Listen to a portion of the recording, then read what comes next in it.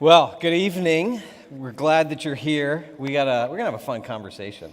I was first introduced to JP when I believe I was a freshman in college, and I was attending a local junior college here in Southern California, and I had Philosophy 101 with Dr. David Lane, where he proceeded to dismantle my Christian faith. Grew up in the church for the first 18 years of my life.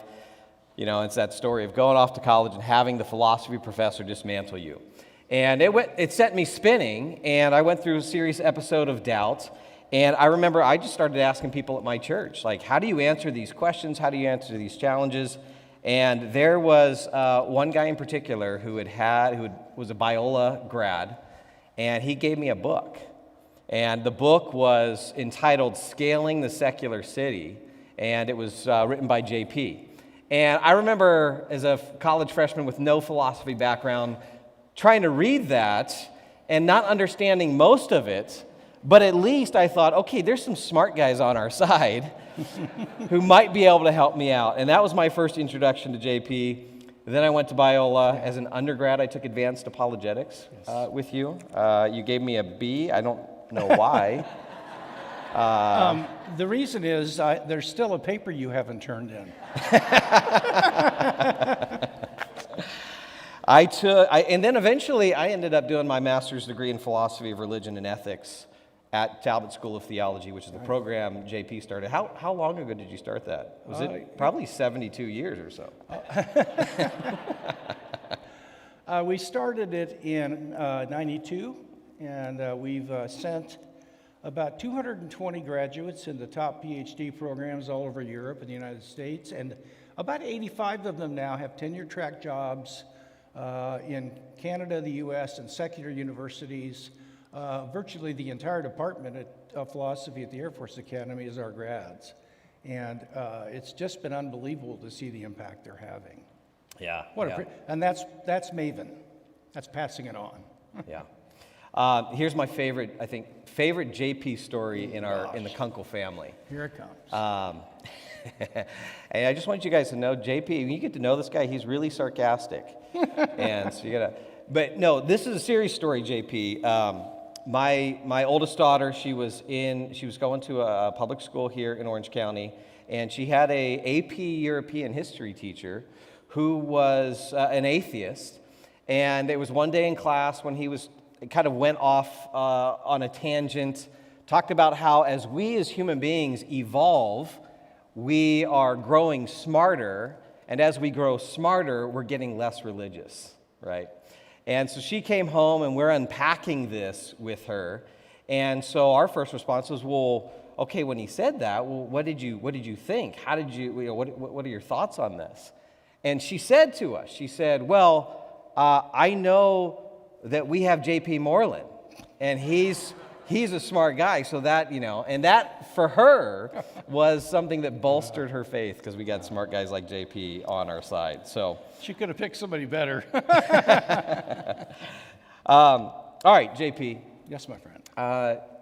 Let's start with some of your kind of your personal background. I mean, share with us how you came to Christ.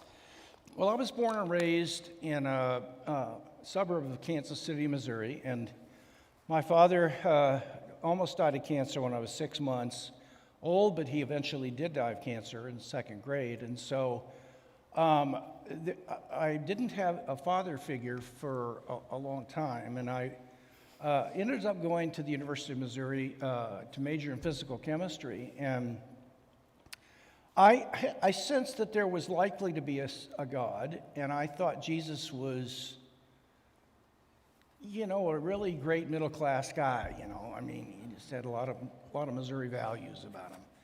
And, but that was about it. And then I actually, my junior year, I heard a talk that provided some historical evidence that the New Testament documents actually pass substantial criteria for historicity, and that there was a case and evidence that Jesus rose from the dead. Well, I had no idea that there was such a thing. I thought faith was completely different than like evidence. So I was shocked, and I decided to start meeting with this one fellow who began to give me things to read. And in November of my junior year, I came to the conclusion after the research I'd done that it was really likely to be true that Jesus was the Son of God and God was real. So I gave my life to him then, and I've been walking with him 52 years, and it has been quite an adventure. I've had pain like the rest of you. I've been disappointed with God. I've yelled at him, and it doesn't seem to bother him.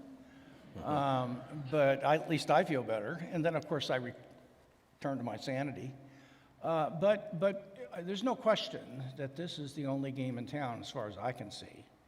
And it has been a tremendous adventure. And so that's how I came to the Lord, and I began to grow and joined crusade staff, and then eventually went to different graduate programs. And Yeah, how did you meet your wife, Hope? well, a friend of mine joined staff from Missouri when I joined Campus Crusade staff in 1970, and he was stationed with my wife in South Carolina, and I was in Colorado.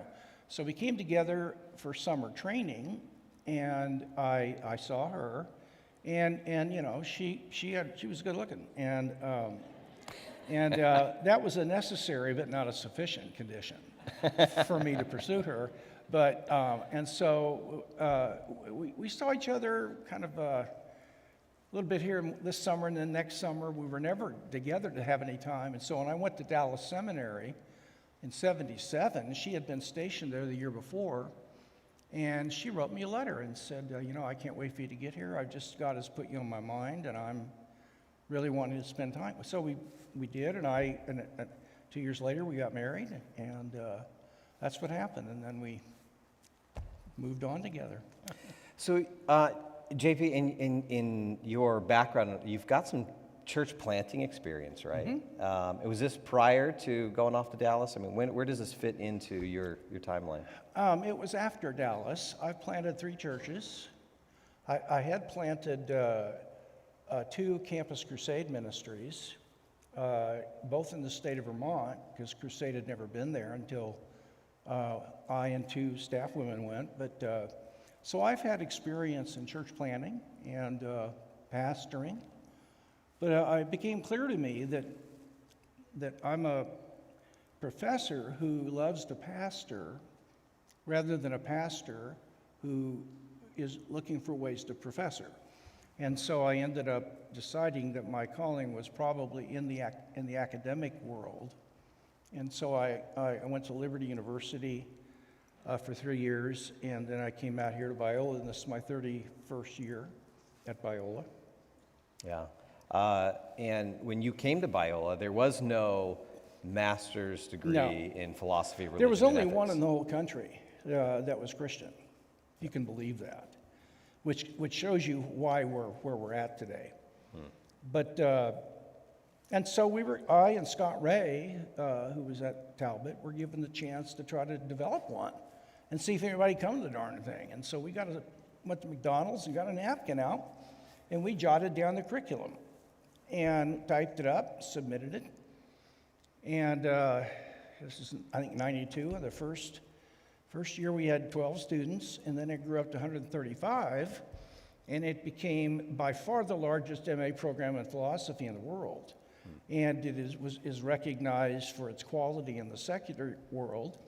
We get letters from the University of Washington and other universities asking us to remember them when we're telling our students where to go to get a Ph.D, Purdue and other schools like that. Yeah. So, And I mean, I got to say, it has turned out some amazing grads.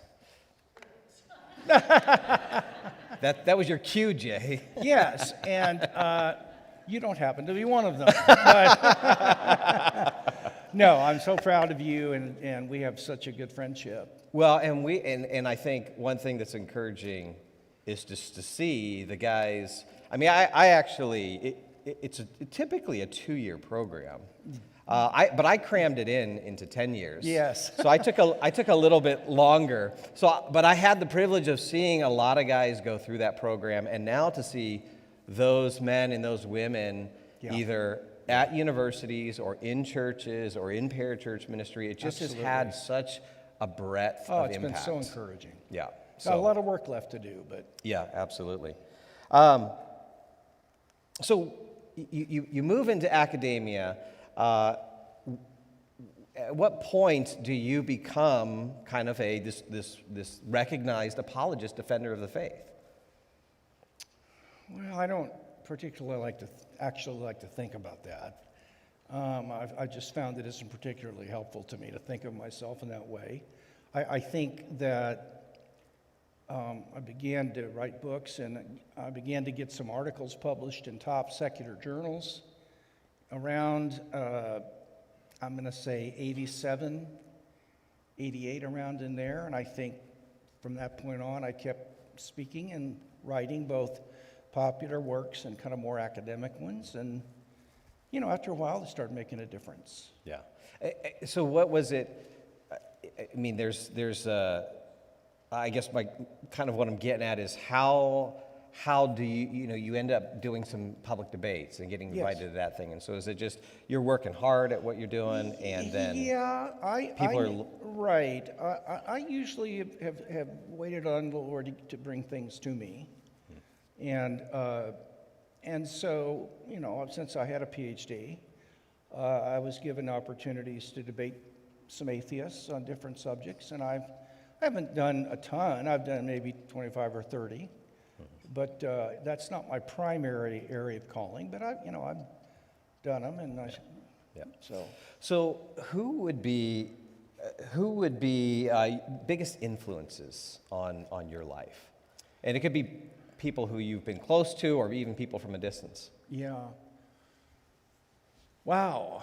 I'm gonna go with people at a distance first, because I've had some very, very dear friends, still do, that I let in, and as couples, one of the most important things that we've done is to have close friendships that last for a long time as best we can.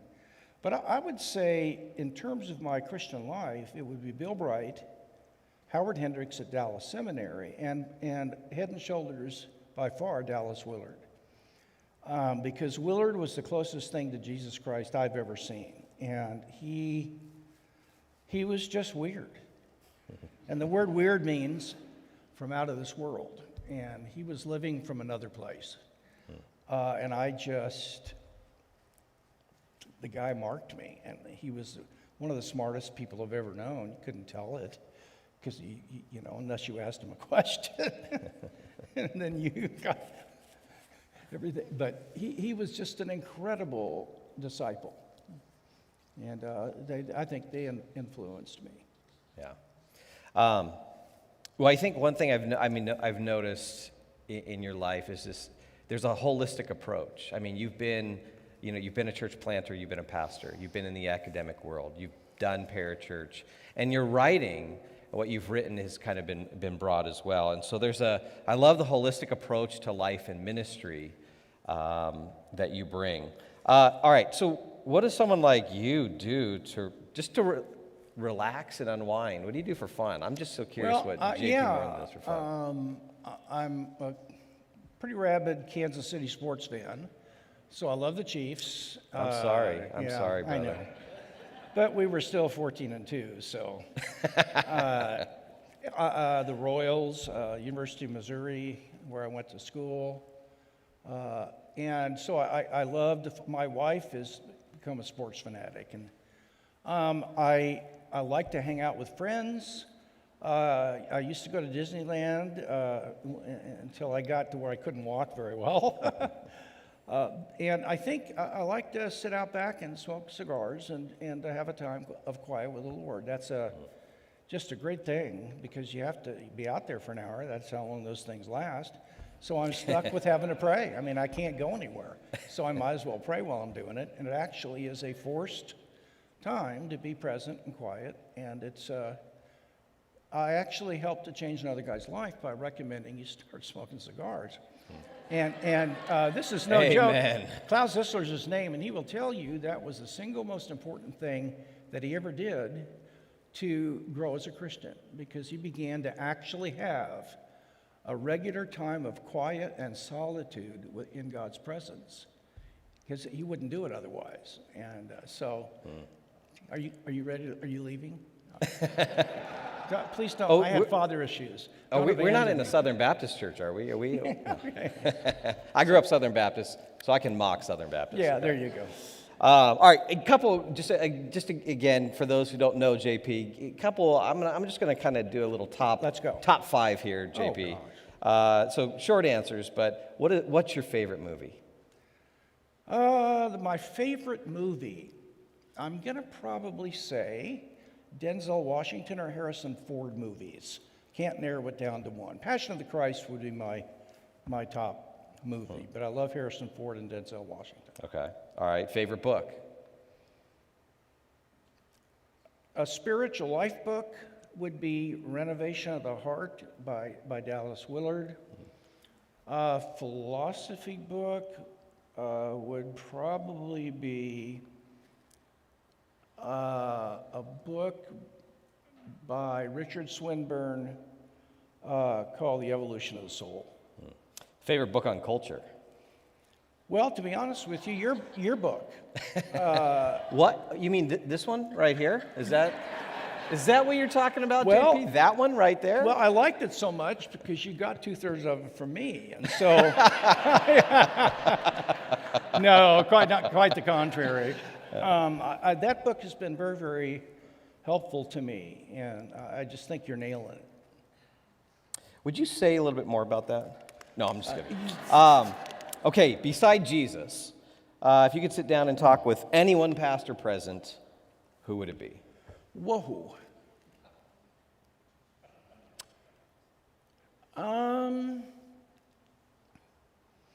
Well, I tell you, I wouldn't mind talking to Aristotle. I don't know what the heck, what he was drinking or smoking, but that guy came out of nowhere, and I can't believe the insights he had into reality.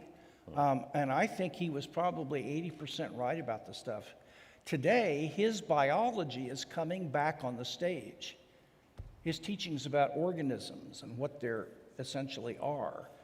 So, I mean, I'd like to talk to him. I'd like to know what in the heck, how he got this. Yeah. So, probably Aristotle. All right. And last one here. What's your username on Instagram? What's that? Spell it. Yeah, actually, this is funny. I emailed JP a few days ago because we wanted to promote this event on Facebook. So I said, JP, like, who is someone running your Facebook? And he emailed me a message back and said, I don't have a Facebook. So I got on Facebook and I looked up his Facebook that he has, and he's got like 13,000 followers. I've never seen it. Really? So I go, JP, you do have a Facebook, and I sent him the link, and then he replied, I'm an idiot. All right, well, hey, I think it's just good for people to get to know you. Well, thank you. Thank you. Beyond what, Well, I'm so delighted you came. Thank you for caring about these things. I really do appreciate it. Yeah. I want to transition here, JP. And part of what I think we want to do tonight is kind of narrate the culture for Christians. For many of us who maybe are sitting back and we're watching things unfold and we're not quite sure how to make sense of this, how to bring our faith to bear on this stuff. So I want to talk a little bit about kind of Christianity and culture here. And I think I'll start with Christianity and just how you would answer some of these questions. Because I mean, there's some perceptions in the culture about Christians, and one of them is that Christianity is very anti-intellectual. And this is something that's a perception inside of the church as well as outside. And you'll have a lot of Christians say, guys like you you're kind of weird, and you're this anomaly. But for most of us, it's really about faith and a relationship with God. Is Christianity anti-intellectual? Well, no, it never has been. I mean, you can't read Paul and think he was kind of stupid. The guy was a genius, and it goes on from there. But the church has always valued loving God with all your mind, as well as the other aspects of your personality. And that meant, among other things, really learning what you believe and why. And so you will find in the book of Acts, they don't have conversions, they have persuasions. They persuaded people to become Christians. And basically what happened, and I can only go over this just quickly, but around the first 2 decades of the 20th century, the evangelical community saw that it was losing the war of ideas and losing the culture. So in, I think it was 1918, a meeting was called in St. Louis to develop a strategy from all the leaders of the major denominations to stem the tide. And sadly, they developed the wrong strategy. And so at that point, Christianity began to withdraw from the culture, and as a result of that, in the decades between the 30s and the 60s, science came in to fill the vacuum. And so today, it is the scientist who has the right to define reality. And he is the scientist. Science gives us truth, especially the hard sciences. Every other field, ethics, philosophy, religion, is simply idle speculation and just pure emotion. And so science then begins to take the top place in our culture, so that by the time the 60s break out, science has established itself as the intellectual leader in human knowing. Well, science gives you a very bleak view of the world. It's just atoms and molecules, and we're all determined by the laws of nature. There's no free will or anything like that. So people reacted against that. And rather than trying to see if there was any evidence that there were things you could know besides science, they began to kill knowledge and say knowledge doesn't matter. And so you have postmodern relativism emerge to meet an existential need for meaning in life, since science can't give us that. But the meaning that was given was, was freely created. It wasn't objectively real or anything. It was a group could create its own meaning, and no one has the right to tell them that what they're doing is wrong or false or anything like that. And so today we're in a situation where there's a three-way worldview struggle, where a worldview is what you might say the sum total of the things you believe about the most important issues of life. And the dominant worldview is still scientific naturalism. Postmodern relativism would be more culturally popular. It's promulgated through the arts and the entertainment industry and colleges, through sociology departments, communication departments, anthropology, and literature. And the final one is Christianity, and we're making a comeback in some fields. But the church, to protect itself from the assault of the scientists who are proving that the Bible is kind of filled with errors, and the postmodernists just said, well, isn't that wonderful? That's true for you. The church withdrew and circled the wagons by severing faith from reason. And faith used to be trusting what we know to be true or have good reason to believe is true. So faith was an act of trusting or confidence that was based on knowledge of God or whatever it might be. But today, faith is the choice to believe something, the bald-faced choice. And so the church has been fed since the 60s a steady diet that what this is all about is your relationship with God, and is in falling in love with Jesus, and having a good character and a good family. And I'll be the last one to tell you that doesn't matter. I think the emotional life and worship and all that is absolutely crucial. I have a genetic predisposition towards anxiety, and I've had 2 nervous breakdowns in my life, and I finally learned some things to do to get rid of it, and I wrote about it in a book called Finding Quiet. And so I'm not saying that I don't think healing emotions and dealing with emotion toward God is at all bad, quite the contrary, but not to the exclusion of a thoughtful life. And so people no longer thought learning had really too much to do with their Christianity. And so, you hear the statement, well, the only thing that really matters and that's going to last are people. And I don't even know what that means. I mean, if people are going to last, doesn't there have to be some medium in which they exist? So that has to be forever, whatever that means. It's going to be heaven or whatever, a new earth. Plus, don't truths have to last forever?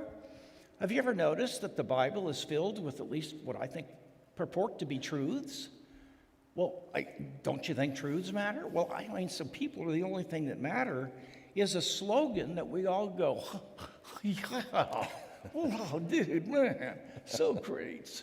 And, but that's so that people don't pause at that. They don't even stop and think, what did he or she just say? Because, well, of course that's all that matters. Because they don't have on their radar screen that truth and knowledge make a lot of difference. And so, I don't know, was it 20-some years ago you wrote Love Your God with All Your Mind? I can't remember. And, but your motivation was to help the church rethink its view on a loving God and the role of the life of the mind, the role of reason in the Christian life. And if anyone hasn't read that, I'd encourage you to pick that up. That's a book I think at this stage of kind of American evangelical Christianity is just a must-read for our discipleship, because so many of us have grown up in churches where that's just the norm. Well, it is. And let me make a very important point here before you go on. And the point is that, as I said, our kids and we, parents and grandparents, are facing a conflict for the minds and hearts of our kids with three worldviews. And one of them is scientific naturalism. The other is kind of this postmodernist relativism, where you can construct reality and you can't judge others. And then Christianity. Now, the other two don't agree about a lot of things, Brett, and you know this. But there's one thing they agree about. And if you don't hear anything else I say tonight, please remember this. They both agree that there is no such thing as knowledge outside the hard sciences. You can't know anything unless you can measure it and quantify it in a lab and test it with your senses. So that moral claims and theological claims cannot be known. So the debate today is not over truth. It is over whether you can have knowledge of truth. That's where the debate. I can go on a campus and say, I think Christianity is true because I really feel it deeply within me. And people will yawn and say, well, what do you do? If I go in there and say, you can actually know this is true, and if therefore you don't believe it, you're being irrational and foolish. That's going to be like teeing off a golf ball in the shower. It's going to come right back at you. And knowing, we can know there's a God. We can actually know life after death is real. And that doesn't mean be certain, because you can know things you're not certain about. To know just means you have a true belief about it that's based on more than adequate reasons. And we've got to reestablish that the central claims of Christianity are things that you can know as much as you can know the central claims of chemistry or American history or what have you. Yeah. And we see how this view undermines something like moral knowledge. Oh, my goodness. There's no such thing as moral knowledge in our culture anymore. None. No. Yeah. That's why you don't get accused of legislating chemistry if a teacher says, don't drink that's hydrochloric acid. But if you say to somebody, homosexual activity is wrong, they will claim that you're legislating morality because no one knows who's right, even if somebody is right. And so you're just bullying. But there's, I think some people would see, you hear you say that and then say, but there seems to be some contradiction in the culture as well, because now if you say something like, homosexual behavior is morally wrong or something, you will get the condemnation of the culture. So what's going on there where we say, on one hand, there's no moral knowledge, and yet if you don't hold these particular views, we're going to come after you. We may even cancel you. Well, nobody can live consistently with the claim that there is no objective morality, because what they will do will be to absolutize the things they care about and treat them as moral absolutes. Years ago, and I've told this story, but this happened a long time ago, I was at a 7-Eleven, and there was a real long line. I don't know what happened, but I got in a conversation with the guy standing next to me. And we got off on religion and values. And he said, I don't believe that, whatever's true for you is great, but, I don't think you should hold your truths for other people. Everybody's truths are true for them. And I said, I think I know what you're saying.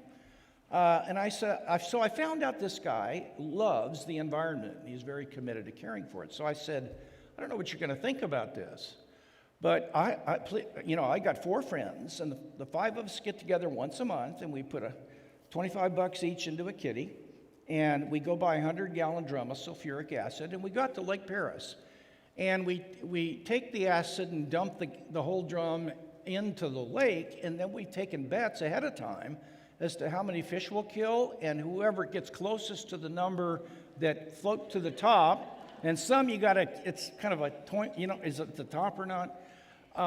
Wins the kitty minus the cost of the sulfuric acid. Well, his blood vessels were. And I said, I'm no expert in body language, but it looks to me like you think what my friends and I are doing is wrong. So it occurs to me that you're only a relativist in areas of your life where it's convenient for you to satisfy your desires. But when it comes to things you care about, out of the closet comes an absolutist every stinking time. And I think it was, I'm glad the line was shorter by that time. Well, I think this is an area that the church really needs to think carefully about, because we have a generation of young people who are kind of growing up in this culture. And if you ask the majority of the young people, I think even in our churches, is there moral knowledge? Are there objective moral truths? The vast majority of them are relativists. Yes, they are. And so we've got a lot to do to establish, even in our churches, there's a huge need to reestablish that our claims are knowledge claims. Exactly. And that can be done. Yeah. That can be done. Okay, so how? How can it be done? What do we need to do? Well, I think the first thing that parents need to do and youth workers need to do is to begin to attend conferences like this.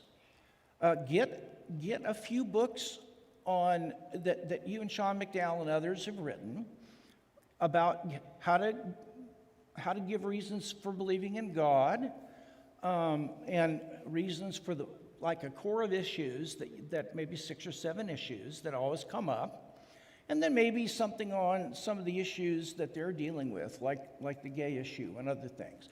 Go to conferences like the one this weekend and learn what you can. Take notes. Talk about them with your friends. Listen to books about these things, or read them, and try to get a Sunday school class going. One quarter a year, where you read a book about, the reliability of the New Testament. How do we really know these things happened? Or a book on some issue, abortion or whatever it might be, and read it together.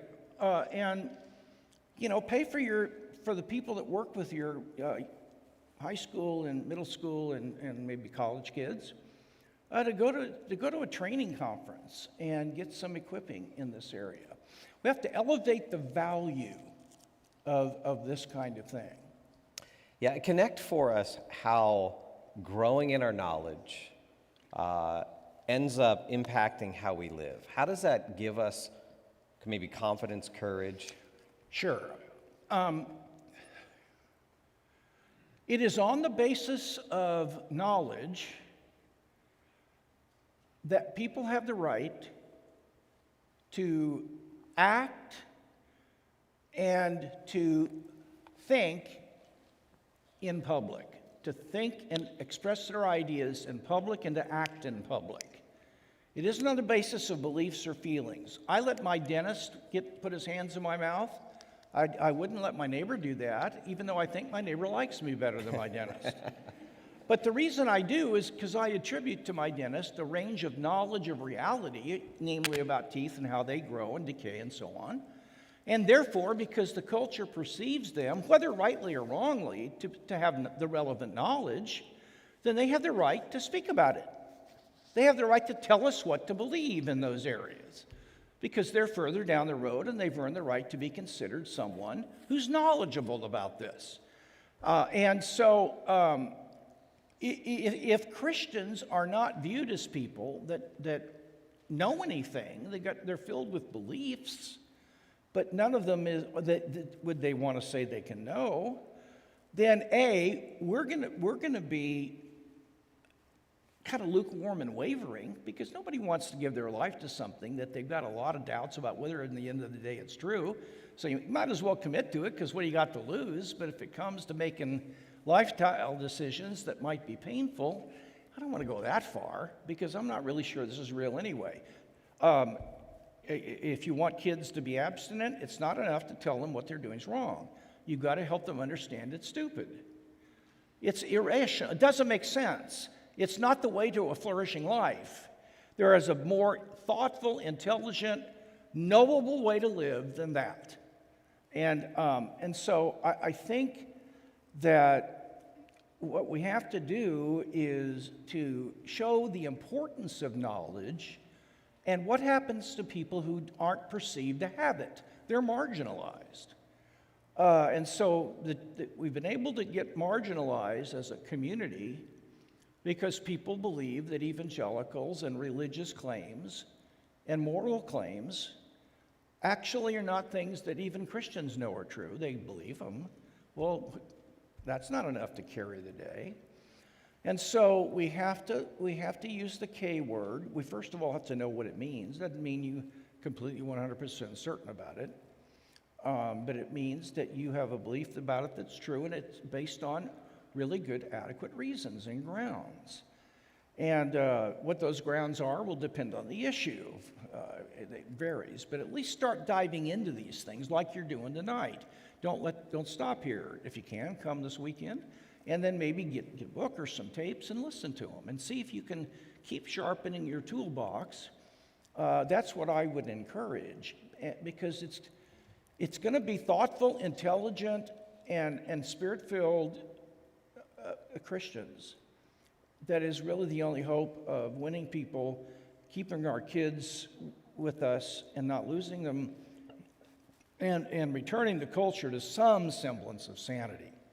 We're going to have to restore the idea that some of these things we know. And if you don't know how to answer a question that your kids ask about how you know something, well, that's okay. You just say, honey, I don't really know about that, but I'll tell you what I'm going to do. I'm going to try to find out some answers. And then you'd talk to people in the church or others that might know. Call Brett and read up on it, and then give your kids an answer to the question. Yeah. So. I think we can no longer settle for our young people simply believing the right things. Even I tell young people, I don't want to just settle for you believing true things. I want you to have knowledge. You could believe these things simply because your mom and dad told you. So you've got a true belief. If God's actually real and you believe in God, well, that's great. You've got this true belief. But that's not enough in this day and age when it's going to constantly be challenged. Your Christian views and values are going to be challenged. I want you to be able to say, not just I believe in God, but I know that God is real. And so, what you're saying here is that we can do that. But so many of us have just, I guess for me, JP, sometimes, and I think for some of us who have been thinking about these things and trying to pound away at these, there just seems to be so much momentum from a very anti-intellectual church that mitigates against these kind of efforts, and it can be discouraging. Well, the only thing you can do is to try to band together with other people that would have a similar desire to do this and try to cheer each other on and share with each other what you're learning. your questions and then say, let's all see if we can find an answer to this one and come back in a couple of weeks and talk about it. And so we have to work together. We don't all have the same calling, and so we're a body, and that's good news because you may have gifts in other areas besides, let's say, teaching or whatever, but you still could serve your family better if you knew a little bit more about the issues they're facing and how to answer why they're really foolish and aren't true and they don't make sense. You can't just assert it. And even the Bible doesn't, it says that that's wrong. It's not going to be enough to hold them up once they get out of the socialization of your church and go to college. They're like shooting a fish in a barrel. And you don't think that university professors aren't looking to shoot them because they want to disavow them any traditional beliefs. And I can back that up. Yeah. All right, so let's talk a little bit more. I want to talk specifically more about culture and some of the contemporary stuff that we're dealing with. And just, how does JP think through and help frame, some of the stuff? Let's take an issue. So I think, we look at this last couple of years, and there seem to be certain ideas and behaviors that now are, not just accepted, but celebrated in the culture. So let's just take the issue of gender identity. I mean, I'm just reading the news the last couple of days. Today, it was just announced by Hasbro, right, a major toy maker, that Mr. Potato Head is going gender neutral. Right. I heard that. And so he's now going to be called Potato Head.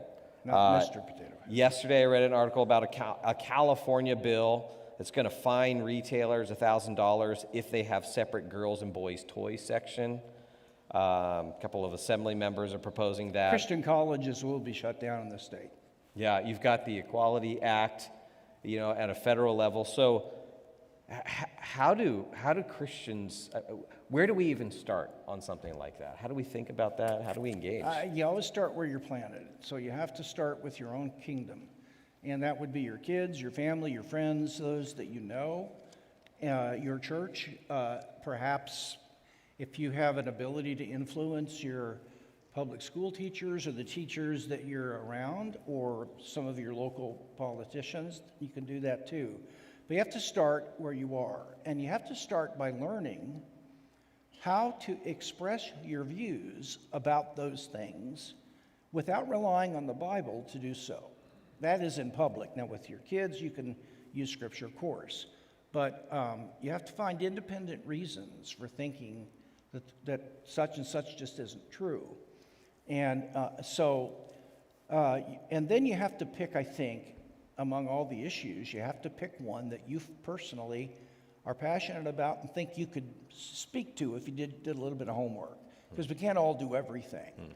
So those are some quick ideas for me, but keep going on this. Yeah, well, and I think kind of going off of what you said there, it would be great for our churches to even say, okay, these folks are either passionate or have some background in these areas who could kind of become the experts for the rest of us.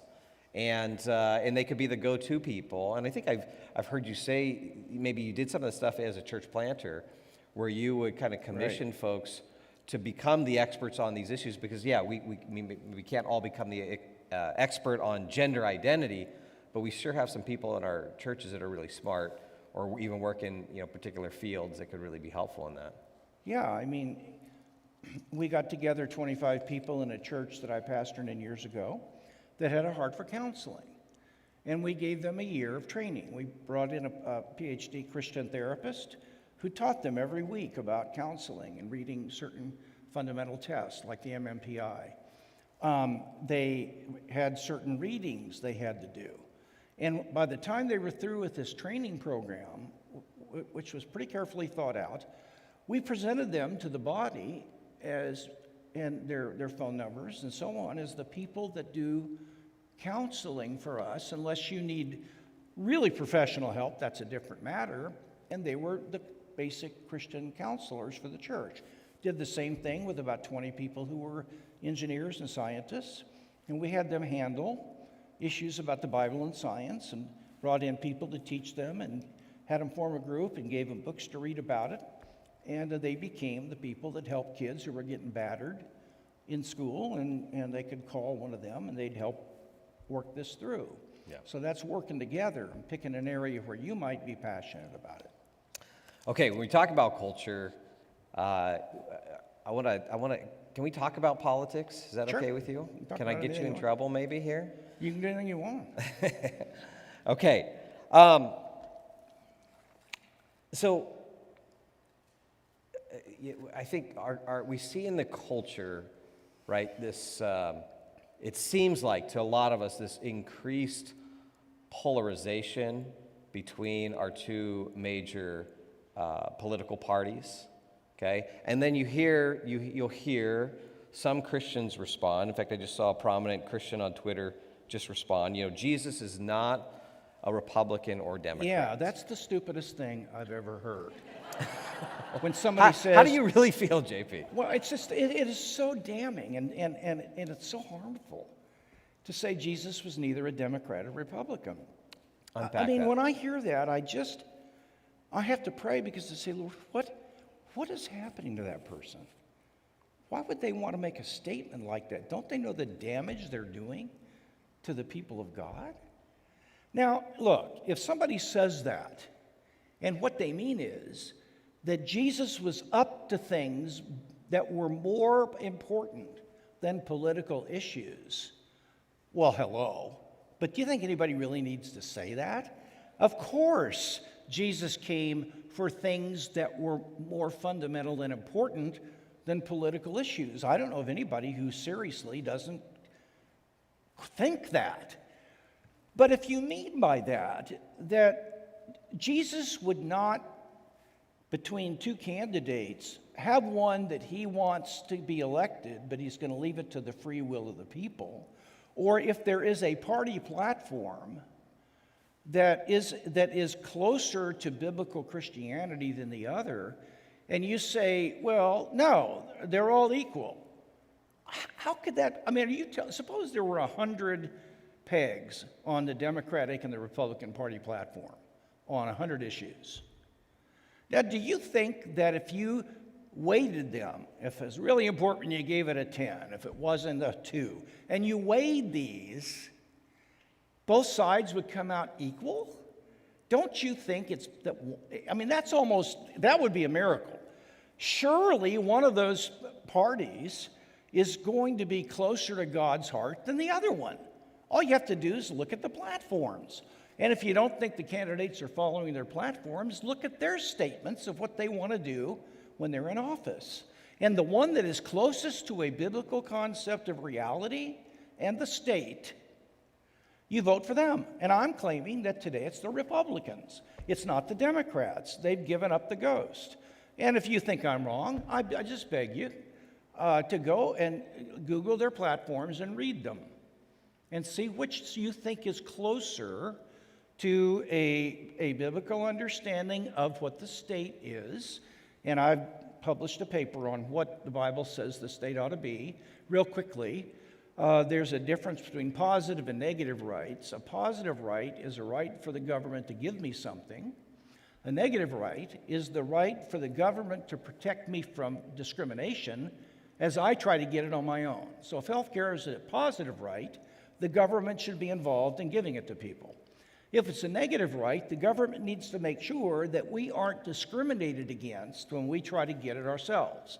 Now, if you look at all the key passages in the New Testament and the crucial Old Testament passages about the purpose of government, there's not a single passage I can find that says the government should be providing positive rights. It's all about the protection of negative rights. And that's why the Bill of Rights is all negative. They're all negative rights. So that means the government shouldn't be in the business of giving health care. The government should not be in the business of running public schools. That is not what it's supposed to do.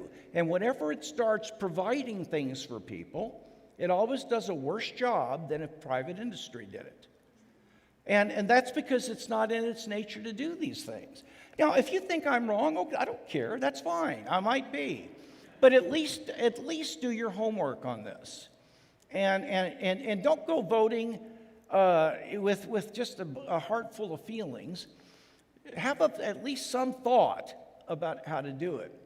We don't vote for a person's character, and we don't vote for whether they're Christians or not unless their character is going to impact their role as a politician.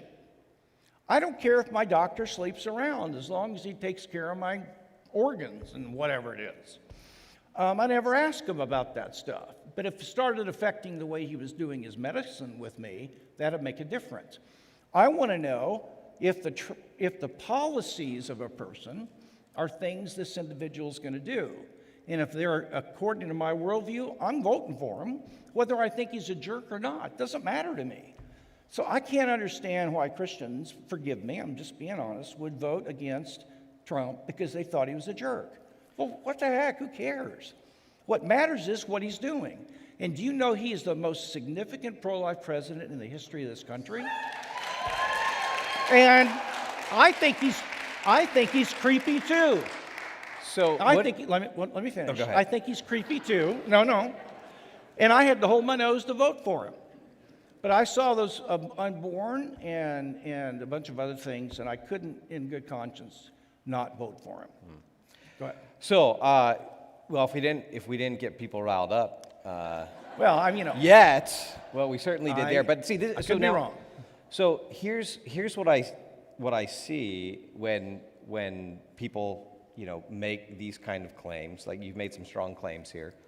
I think some people may hear that, and now they're automatically going to turn you off. There's just no more engaging with you on that. Right. And so a couple of things. Number one, what would you say to the person who just has kind of said, yeah, this he's made these couple of these claims about politics that I strongly disagree with. I see it differently biblically. What do you say to that person? I'd say, well, what have you read?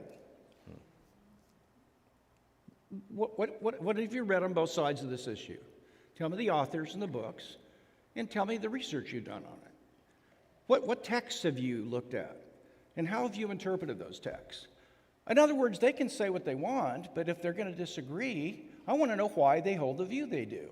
I can tell you why I hold mine. Now, the other thing is this, and I take no joy in saying this, but we cannot, in the church, disagree about things. We don't know how to do it. And that's because we think God is nice. And God is not nice. I can't imagine the God of the Bible being nice. He's kind and loving, no question, but nice? Polite? Yeah, good luck on polite.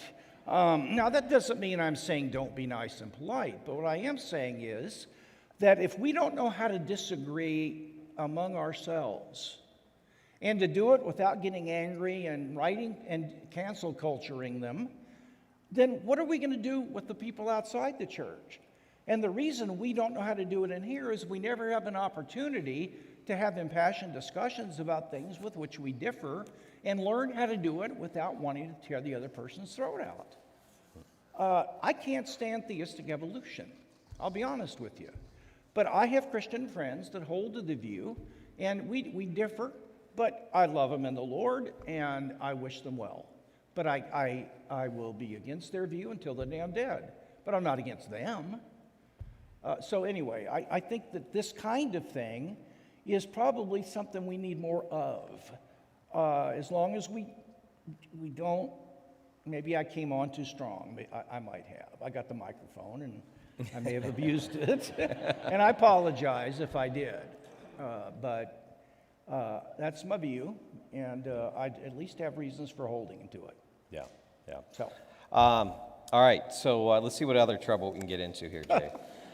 I think that's enough for one night.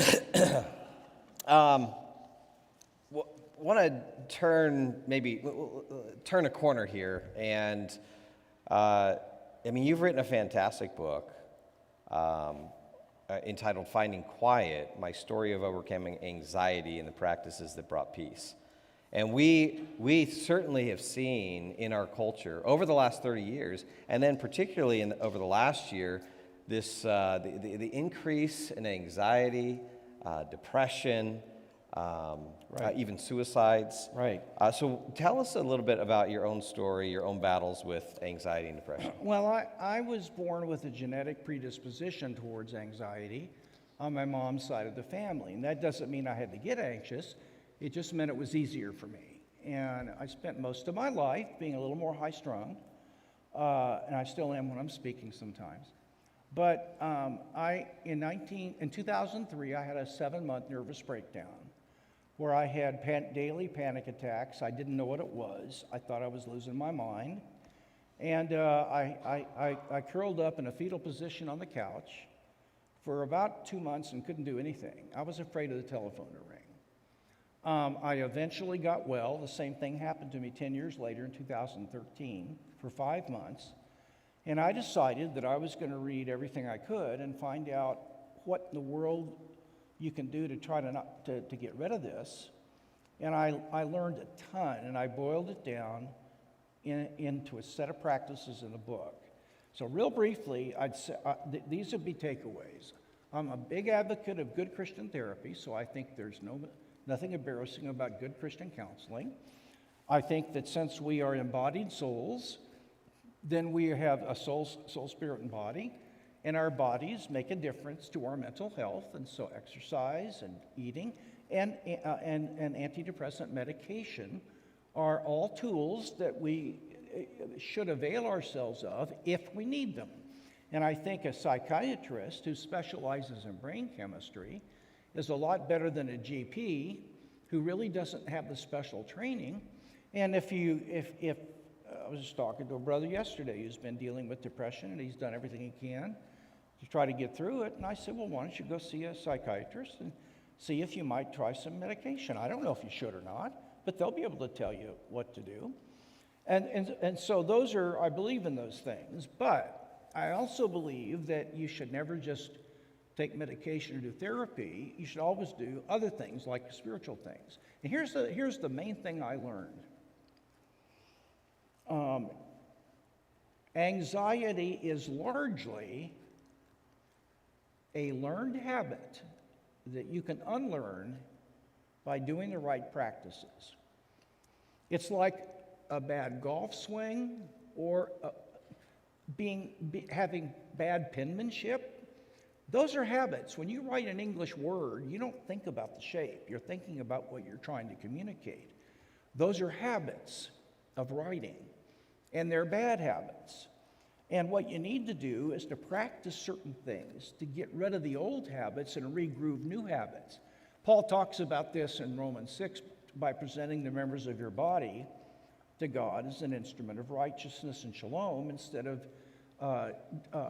sin and defect and anxiety and so on. And to present your organs to God, you have to do something repetitively, like you might present your wrists and shoulders to a golf instructor, because that's where golf flesh resides, namely the habits contrary to being good at golf.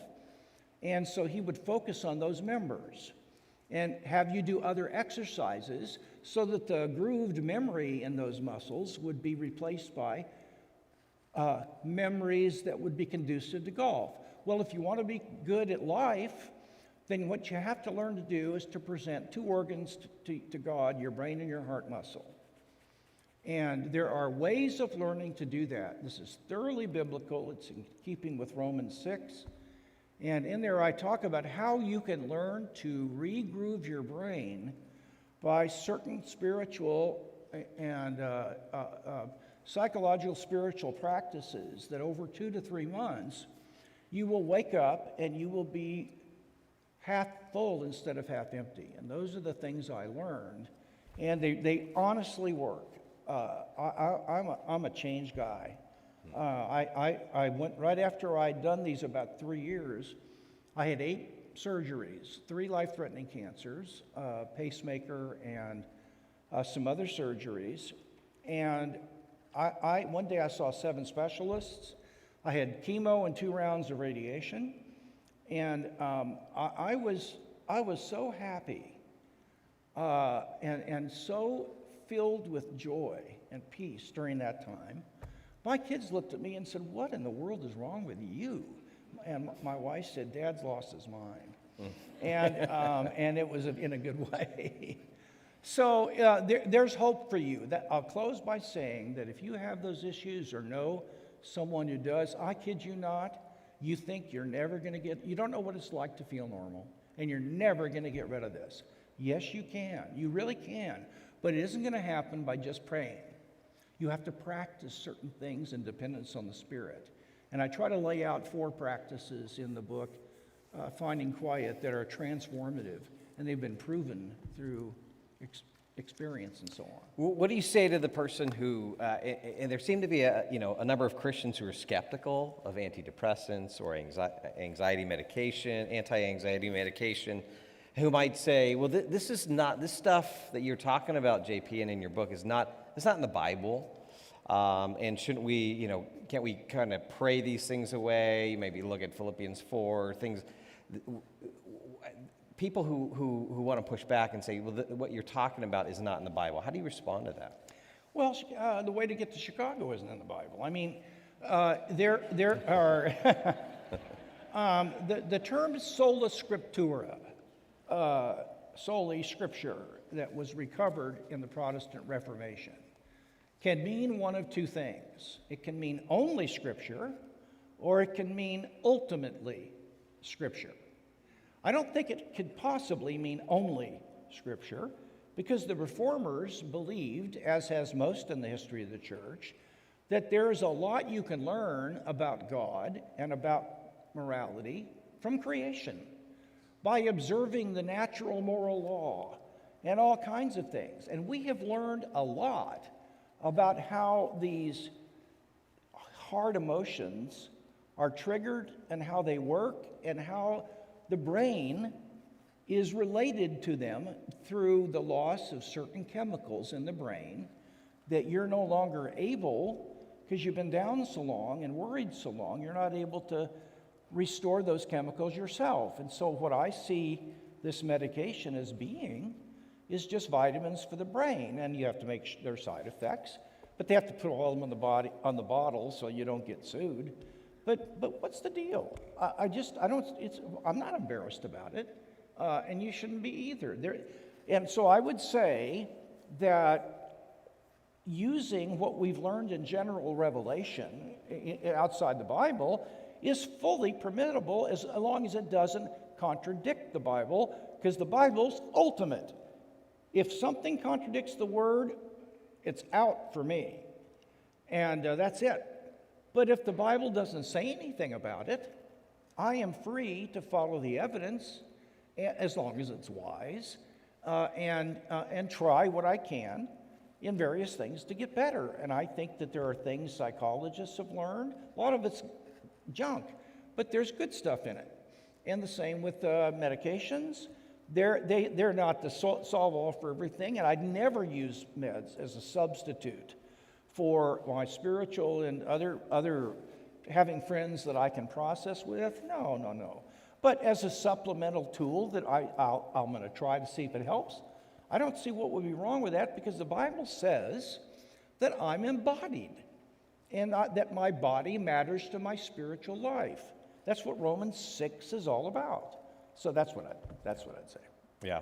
These are good questions. At least I think so. Yeah, I would agree. I came up with them. You guys having fun? Are you still mad at me? Well, yeah, if you're still mad at JP, that's okay. That's why we brought him here, so you can get mad at him, not me. Yeah, that's right. No, but this is one of the things I love about JP, and my assessment when I look at the church is that we really lack courage, and to say what we think is true, and it's okay if we disagree, but we lack a lot of courage, and I think you see this tendency in a lot of even church leaders or kind of national leaders to want to please lots of different people and not lead with conviction. So I appreciate that about you, JP. Thank you. Even if I think you're wrong on some things. That's right. Now, so what is your assessment? If you were to sit back here in 2021, what is your assessment of the church and where we're at? And let me add a couple things here. What do you think the state, do you still identify yourself as would you identify yourself as an evangelical? Do you think that's still helpful? What's the state of evangelicalism? Where are we at as a church? Yeah. Well, I do identify myself, and if I may say so proudly so, as an evangelical. I am, first of all, an advocate of mere Christianity. I am, secondly, a Protestant, and then I'm, third, a certain kind of Protestant, namely an evangelical. But now that doesn't mean that I don't get along with brothers and sisters that wouldn't count themselves as evangelicals, but I happen to think that the evangelical view of Scripture and other things line up with what I believe is true. So I'm very, very comfortable in terms of being an evangelical. There might be certain crowds I wouldn't use the word just to not raise unnecessary problems, but no, I'm very comfortable with it. It's hard for me to say, Brett, because my mind tells me that we're going to lose, and that we have already lost, that we have.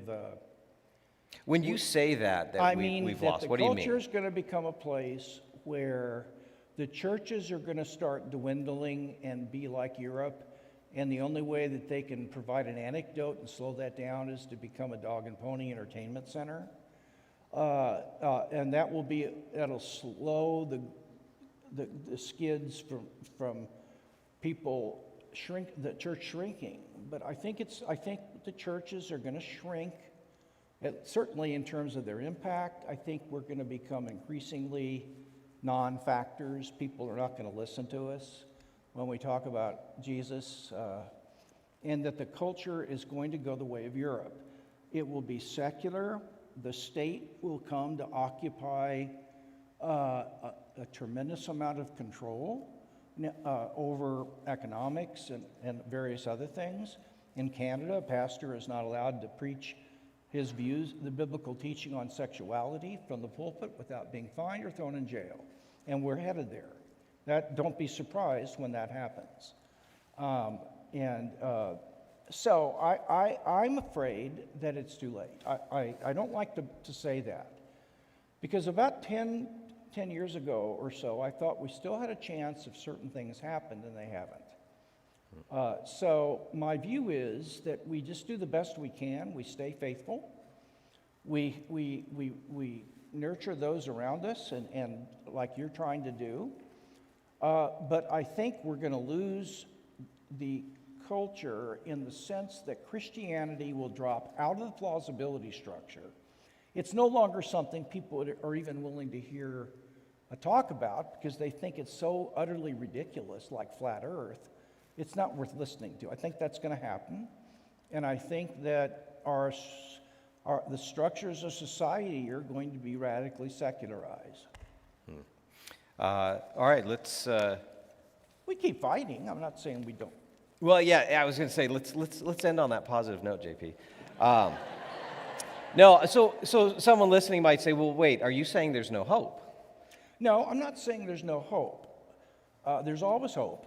But I'm saying that a lot of times Christian hope is really naive, because God's going to win, and He's not going to let that happen to us. Well, He's going to win ultimately, but there's been a lot of cultures or churches or entire countries where the church has just dried up because it was lukewarm and it did not do what God called it to do.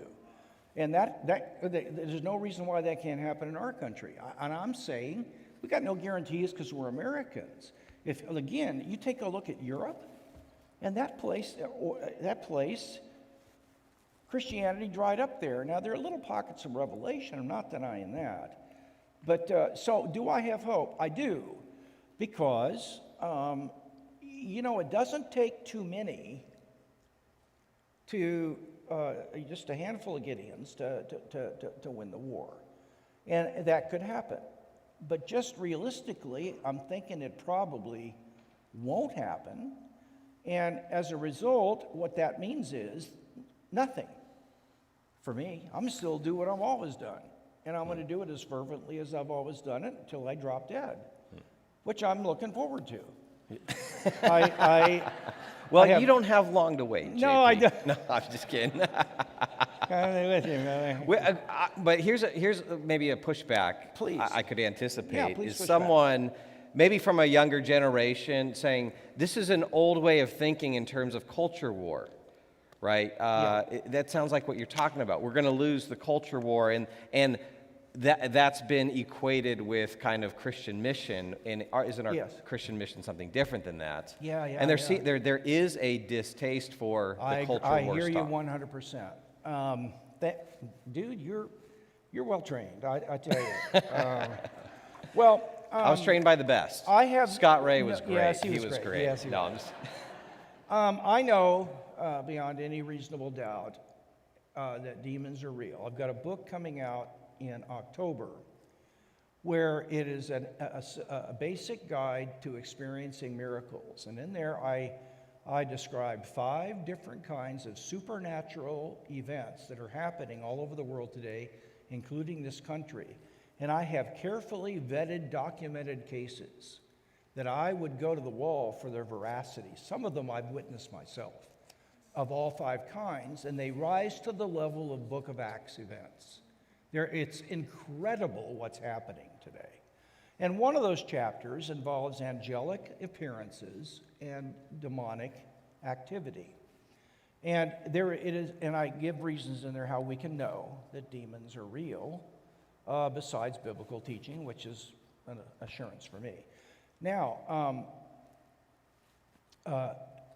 when you ask about the principalities and powers, and then you take a look at the world, which is what I call organized flesh.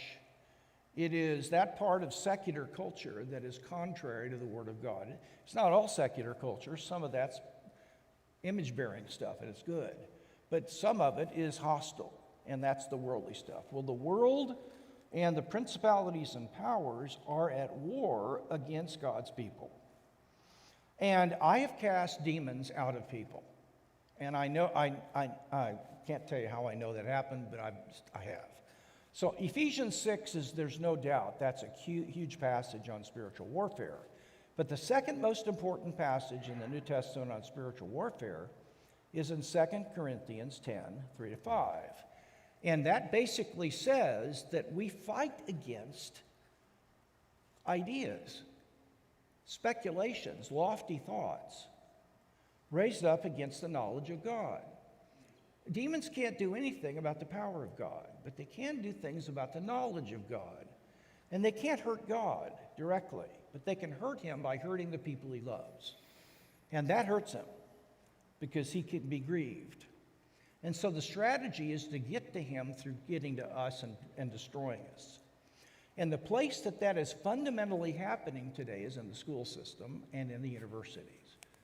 It's not among the prostitutes and the people that are involved in those things. I mean, that's wrong. But the primary place where the devil is attacking is through the education system and through the entertainment industry. And I'm not saying don't watch movies at all. I'm just saying be wise about what you're seeing. But so we are to fight the demonic and those worldly, fleshly people that Paul says in Philippians 3 are now enemies of the cross of Christ. Now, there are enemies. We're to love them. And that I'm not saying that we are to hate our enemies, no, by no means. But we fight against them. And we do that primarily by fighting against their ideas and their influence on other people. We don't fight them as individuals. I don't want to get involved in that. And I want to be kind as best I can. But what that means is that we learn to destroy speculations. And how do you do that? It's clear in that text that the fundamental way that we fight the demonic is to learn to show why their positions are not true to critique them and to give a defense of our views and the knowledge of God. That is spiritual warfare. Now, that was around long before the 60s and cultural warfare. And I've been using that language long before the idea of a culture war ever came out. So I'm comfortable using warfare language as long as people mean that I'm not targeting individuals as individuals, but for the things they're propagating and doing. They are enemies of the cross, but that means we love and care about them, but we stand up strongly against what they're doing. And we learn to destroy speculations. Yeah, So- Paul says destroy Strong. arguments, not people. Oh, yeah, we're not trying to destroy the people. We're trying to stand up against what they're doing, the ideas they're spinning out, and the other things. Yeah, and would you agree that's actually a primary way we love people, isn't it? Why? Exactly. I mean, we all know. Can I give an illustration of this? Absolutely. I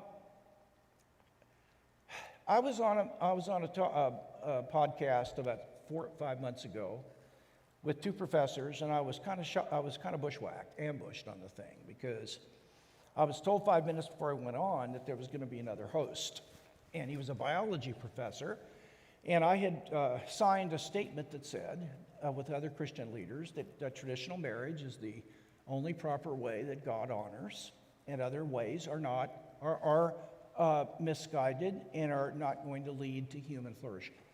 And so this guy was a gay guy, married, had a gay family, and they had adopted kids. And so I was told, well, my co-host is going to ask you a question about this toward the end. And I had no idea that this was ever going to happen. I was prepared for it, but it was cheap. Okay, so at the end of this thing, and they interrupted me most of the time, and bless their hearts, their fields were both science, and they didn't know much about what they were talking about, because we were talking about the philosophy of mind issues. So I had to clarify their questions and make them better than the ones they were asking. But when it came to the end of the thing, this guy said, I got a question I want to close with. You signed the Danville statement, didn't you? And I said, well, yes, I did. And he said, okay, what are you going to say to my son, my 7-year-old son, if you come in and we're around the dinner table and my partner and I and my boys and we're having dinner, what are you going to say to him?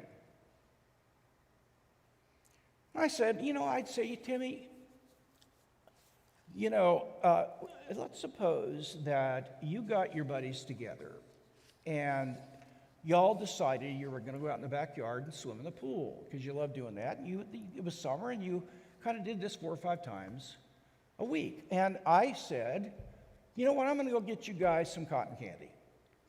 And you guys love cotton candy, and you were all really grateful. So I brought it home and gave all you guys, you and your buddies, cotton candy. And you went out and you dumped it upside down and dipped it in the pool and sucked the pool water out of it. That would be puzzling, but I'd say, okay, I'll go get you another one. And after about 2 or 3 times, and you kept doing this, I would have to tell you something that you might not want to hear. And what I'd probably say is, fellas, I got to tell you that you're using this cotton candy in a way that it wasn't made to function. It isn't made to work that way. You're using it in a way that it wasn't made to work that way. And as a result, you're really not, it may be kind of fun right now, but if you keep doing this over the long run, you're going to miss the joy of what cotton candy was made to do, and that's to give you a certain flavorful taste. Now, I would say, the same thing is true of marriage and sexuality. And if you look at the body parts of men and women, you can see like a key is perfectly fitted to go into a lock, but it doesn't fit particularly well in a potted plant vase. It just drops into the bottom. It's pretty clear that the man's parts were made to fit into the woman's parts and not into each other's parts. And so you can tell that when men get married to men and have sexual relations, that they're dipping their cotton candy in the pool. They're using their bodies in a way that they're not designed to work to produce the happiness and flourishing over the long haul. Might be fun for a while, but over the long haul, it's going to be destructive. And I hate to say this, but I think what your daddies need to do is to care for your boys' long-term interests and not just what you have right now that makes them feel good. So, so what I did was I tried to cast this. I tried to kind of tear down a speculation, but I did it in a way that I didn't say, well, what you're doing is just plain old wrong. Because I happen to think it's wrong because God's commands were given for our well-being. And if you violate them, I may be dumb, but I'm not stupid. I'm going to do my best to follow the teachings of Scripture because I'd like to have the most flourishing, wise, joyful life I possibly can, and I don't think there's any other game in town that's better than this one. And if you find one, let me know. That I don't know. Yeah. No. How was that received when you? Well, he started. Oh, well, you don't want to know. He said, "I am outraged that you're using that old bad argument. Biology's disproven that." And I said, "Wait a minute." I said, "The only thing biology can do is tell us what is the case. It can't tell us what ought to be the case. Because you can't get oughts from is's. And so you can describe how things are, but you can't tell us how they ought to be. And you're deriving how things ought to be from biological statements. Please tell me how you're able to do that. I would love to understand that move." Well, he just got off on something else. Yeah. Well, and I think what you're where we're at in the culture is a place where things that would, at one point, were clearly self-evidently true.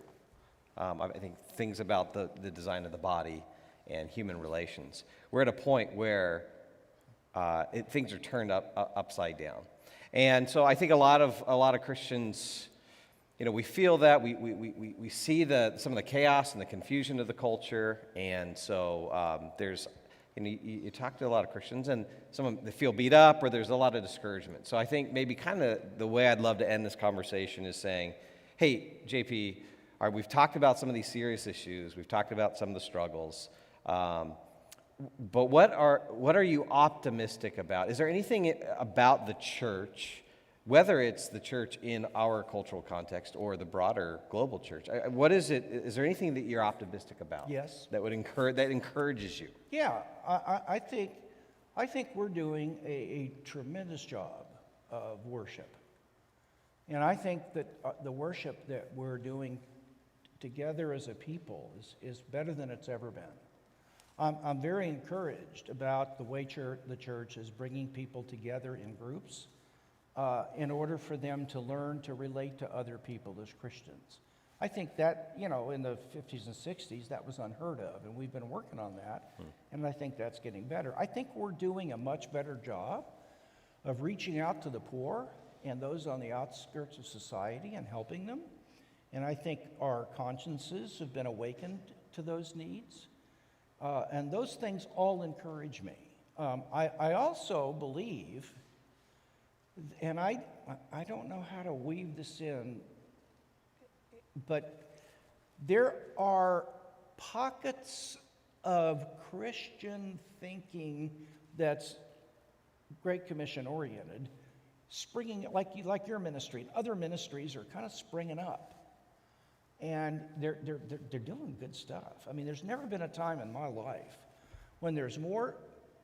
The Christian publishing houses are producing better books that are more accessible on the issues of the day that are available to people if they'll avail themselves. I'm encouraged by that. I'm hoping people will do more to avail themselves, but those all encourage me, and they give me positive reasons to be hopeful, even though I've been doing this 52 years, and I've just seen things continue to slide. Like, I'm not comparing myself to Jeremiah, except to say that he ministered 40 years and he didn't accomplish anything. Things went from bad to worst, but he was faithful. And it broke his heart, but he was faithful. And so at least we can do that.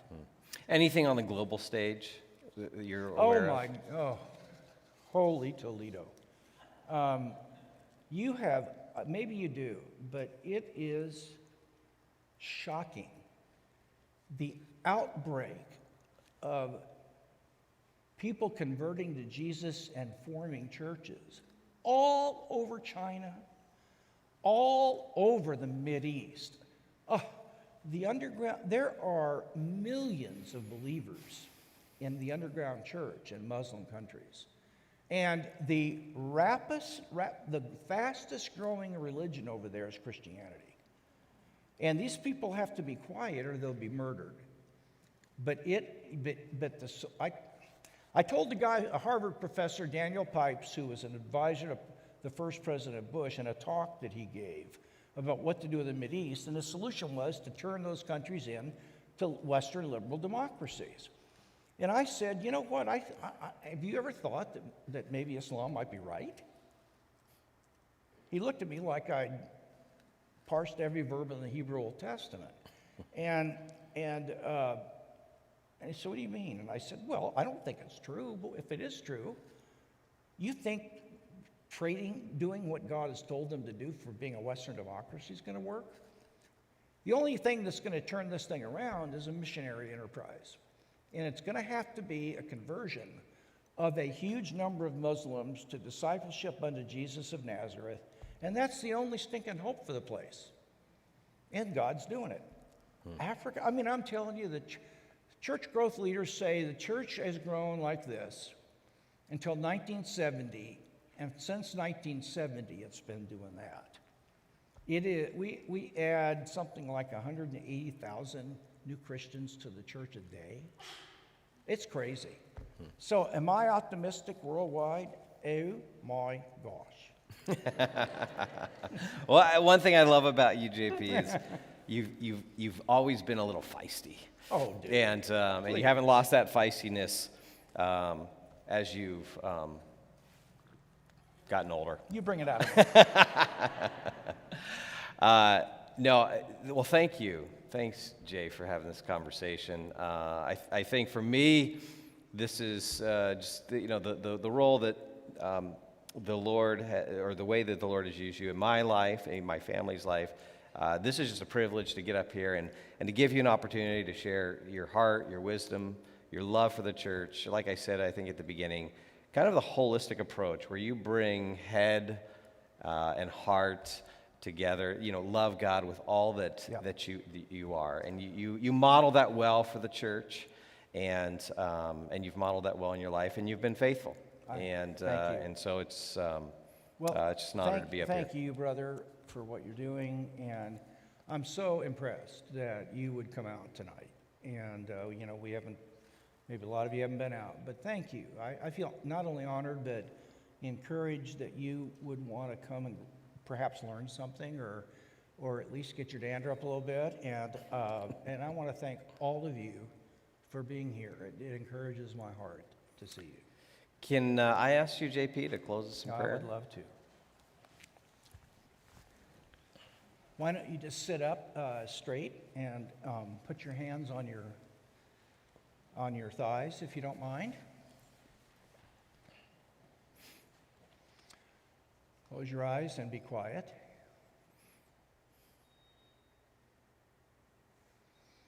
And now turn your hands palm up and just tell the Lord, Lord, I am here,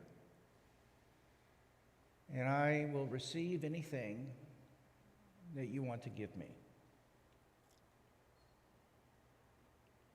Just be quiet.